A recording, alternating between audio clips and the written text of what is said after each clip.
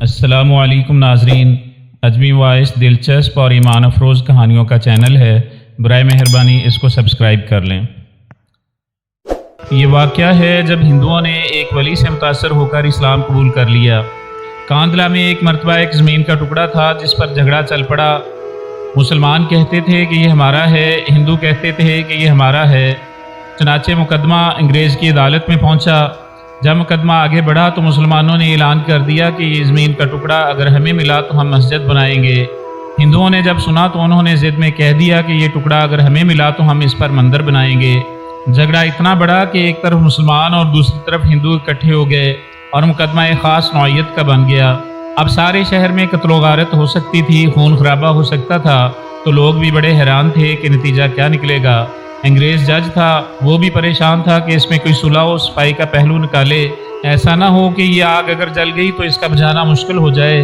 जज ने मुकदमा सुनने की बजाय एक तजवीज़ पेश की कि क्या कोई ऐसी सूरत है कि आप लोग आपस में बातचीत के ज़रिए मसला का हल निकाल लें। तो हिंदुओं ने एक तजवीज़ पेश की, हम आपको एक मुसलमान का नाम तन्हाई में बताएंगे, आप अगली पेशी पर उनको बुला लीजिए और उनसे पूछ लीजिए। अगर वो कहें कि ये मुसलमानों की ज़मीन है तो इनको दे दीजिए, और अगर वो कहें कि ये हिंदुओं की ज़मीन है तो हमें दे दीजिएगा। जब जज ने दोनों फ़रीक़ैन से पूछा तो दोनों फ़रीक़ इस बात पर राज़ी हो गए।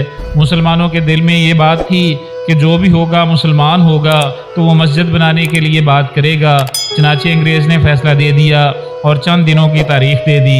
अब जब मुसलमान बाहर निकले तो बड़ी खुशियाँ मना रहे थे, सब कूद रहे थे, नारे लगा रहे थे। हिंदुओं ने जब अपने लोगों से पूछा कि तुमने क्या कहा, उन्होंने कहा कि हमने एक मुसलमान आलम को हकम बना लिया है कि वो अगली पेशी पर जो कहेगा उसी पर फैसला होगा।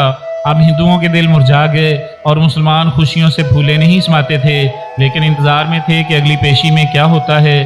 चुनाचे हिंदुओं ने मुफ्ती मुज़फ़्फ़र हुसैन कांदलवी रहमतुल्लाह अलैह का नाम बताया, जो कि शाह अब्दुल अज़ीज़ रहमतुल्लाह अलैह के शागिर्दों में से थे और अल्लाह ने उनको सच्ची ज़िंदगी अता फरमाई थी। मुसलमानों ने देखा कि मुफ्ती साहब तशरीफ़ लाए हैं तो वो सोचने लगे कि मुफ्ती साहब तो मस्जिद की ज़रूर बात करेंगे। चुनाचे जब अंग्रेज़ ने पूछा कि बताइए मुफ्ती साहब ये ज़मीन का टुकड़ा किसकी मलकियत है, उनको चूँकि हकीकत हाल का पता था, उन्होंने जवाब दिया कि ये ज़मीन का टुकड़ा तो हिंदुओं का है।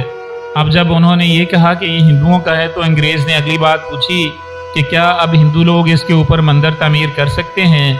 मुफ्ती साहब ने फरमाया जब मिल्कियत उनकी है तो वो जो चाहें करें, घर बनाएं या मंदिर बनाएं, ये उनका इख्तियार है। चनाचे फ़ैसला दे दिया गया कि ज़मीन हिंदुओं की है।